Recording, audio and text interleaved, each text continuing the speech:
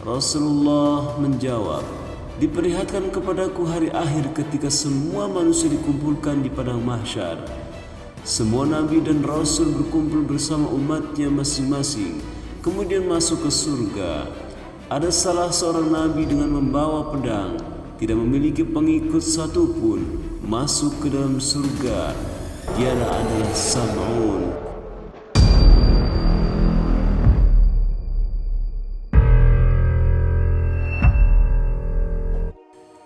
Bismillahirrahmanirrahim. Allahumma salli wa sallim ala Sayyidina Muhammad wa ala ali Sayyidina Muhammad. Saudara-saudaraku yang dirahmati Allah, pernahkah Anda mendengar tentang Sam'un Ghazi alaihi salam? Siapakah Al-Ghazi sebenarnya? Apakah yang pernah beliau lakukan sehingga Allah memasukkannya ke surga? Dan mengapa beliau disebut Nabi terkuat? Diceritakan dalam kitab Muqasyafatul Qulub karya Imam Al-Ghazali, pada suatu malam di bulan Ramadan, Nabi Muhammad SAW sedang berkumpul dengan para sahabat. Tiba-tiba seorang sahabat melihat Nabi Muhammad SAW tersenyum lalu bertanya, "Apa yang membuatmu tersenyum, wahai Rasulullah?" Rasulullah menjawab, "Diperlihatkan kepadaku hari akhir ketika semua manusia dikumpulkan di padang mahsyar. Semua nabi dan rasul berkumpul bersama umatnya masing-masing, kemudian masuk ke surga. Ada salah seorang nabi dengan membawa pedang, tidak memiliki pengikut satupun, masuk ke dalam surga. Dia adalah Sam'un."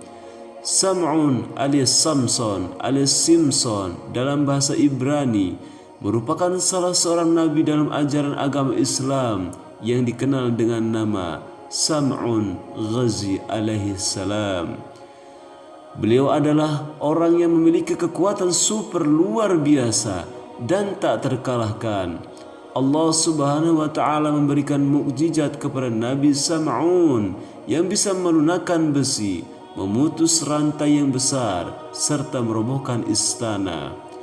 Nabi Sam'un berasal dari Palestina, tepatnya Gaza atau Gaza. Beliau diutus berdakwah untuk kaum Bani Israel di tanah Romawi. Nabi Sam'un memiliki sebuah senjata mirip pedang yang terbuat dari rahang unta bernama liha jamal. Konon ceritanya, hanya dengan pedang tersebut Nabi Sam'un telah membunuh ribuan kaum kafir. Ketika Nabi Sam'un haus, pedang itu dapat mengeluarkan air, dan ketika beliau lapar, pedang itu bisa menumbuhkan daging. Pada masa itu, paganisme tumbuh begitu subur di kalangan Bani Israel. Semua orang menjadi penyembah berhala dan hanya mementingkan harta benda. Maka diutuslah Nabi Sam'un untuk menyampaikan risalah Allah Subhanahu wa taala dengan penuh ketakwaan. Dalam berdakwah, beliau selalu menyebut La ilaha illallah, artinya tidak Tuhan selain Allah. Namun karena begitu sesatnya mereka, hingga Nabi Sam'un tidak memiliki pengikut satupun, hal itu tidak menjadi masalah baginya.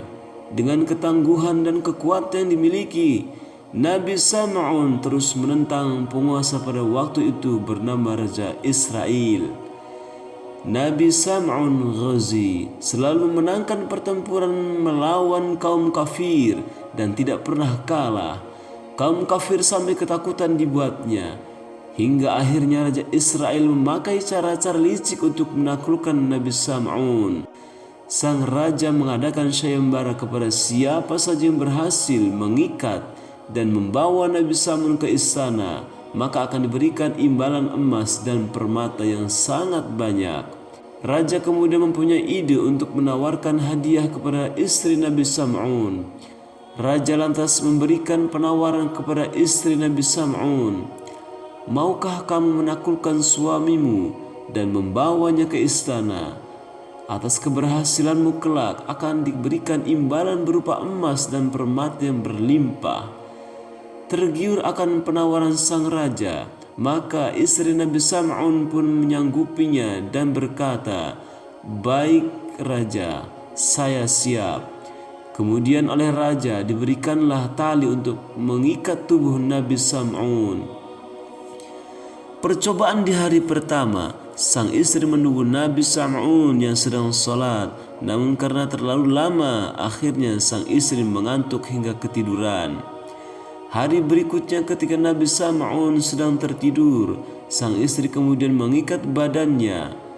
Nabi Sam'un lantas terbangun dan bertanya, "Wahai istriku, apakah engkau yang mengikat tubuhku?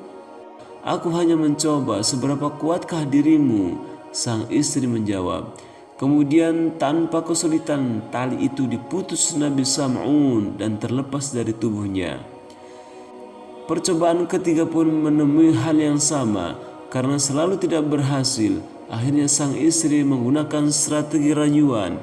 Dia bertanya kepada Nabi Sam'un, "Wahai suamiku, apakah gerangan yang bisa mengalahkanmu?" Karena cinta dan sayangnya Nabi Sam'un kepada sang istri, beliau kemudian lantas menjawab, "Ikatlah tubuhku dengan rambut-rambutku, maka itulah yang sebenarnya membuatku lemah." Nabi Sam'un memiliki rambut yang sangat panjang hingga menyentuh tanah. Maka keesokan harinya sang istri pun mengikat tubuh Nabi Sam'un dengan potongan rambutnya sendiri. Setelah lemah tak berdaya, sang istri mengabarkan kepada Raja Israel. Kemudian dibawalah tubuh Nabi Sam'un ke istana. Di sana beliau disiksa dan akan dibunuh secara perlahan. Kedua mata dibutakan, telinga, kaki dan tangannya pun dipotong. Atas kejadian itu Allah Subhanahu wa ta'ala memerintahkan malaikat Jibril turun dan menemui Nabi Sam'un lalu bertanya, "Apa yang engkau inginkan wahai Nabiullah?" "Saya minta ampun atas kesalahan yang seharusnya tidak saya beritahukan kepada siapapun termasuk istri saya. Dan saya meminta agar kekuatan saya dikembalikan hingga bisa menggerakkan tiang istana ini." Nabi Sam'un menjawab. Seketika itu juga kekuatan Nabi Sam'un dikembalikan oleh Allah Subhanahu wa ta'ala hingga beliau bisa menghancurkan tiang dan merobohkan istana. Reruntuhan istana menjatuhi masyarakat, sang Raja Israel dan bahkan istrinya sendiri. Hanya Nabi Sam'un saja yang hidup. Kemudian dikembalikan kedua kaki, tangan, telinga dan mata beliau. Nabi Sam'un kemudian bersumpah bahwa dia akan melawan kebatilan dan beribadah selama 1000 bulan tanpa henti.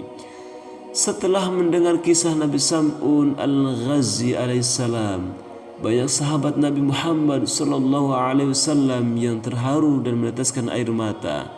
Lalu bertanyalah sahabat kepada Rasul, "Wahai Rasulullah, betapa besar ganjaran diterima Nabi Sam'un al-Ghazi alaihissalam.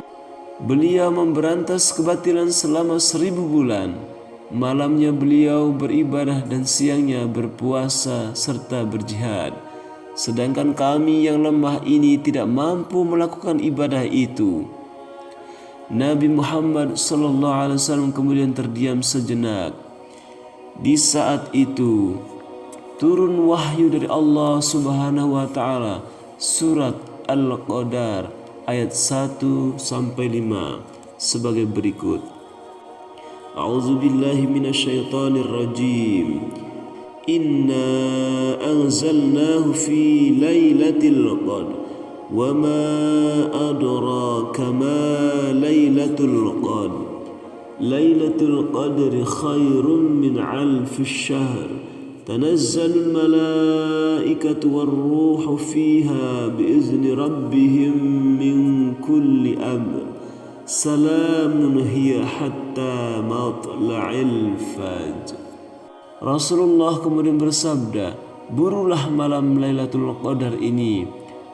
Kalian hanya mengamalkan 1 malam dan mendapatkan malam Lailatul Qadar itu, maka kamu akan mendapatkan lebih baik daripada beribadah 1000 bulan seperti Nabi Sam'un al-Ghazi alaihissalam." Tidak ada yang tahu kapan malam Lailatul Qadar itu hadir. malam di mana cahaya surga menerangi bumi, malam di mana Tuhan menyeka air mata dan dosa-dosa manusia. Beberapa pendapat ulama menganjurkan kepada kita untuk memperbanyak ibadah di 10 hari terakhir bulan Ramadan untuk mendapatkan malam Lailatul Qadar. Maka tidak ada salahnya pada kesempatan kali ini saya mengajak kepada kita semua untuk berbondong-bondong meningkatkan ibadah, baik salat malam, membaca Al-Quran hingga iktikaf di masjid guna memohon ampunan dan keridhaan Allah Subhanahu wa ta'ala.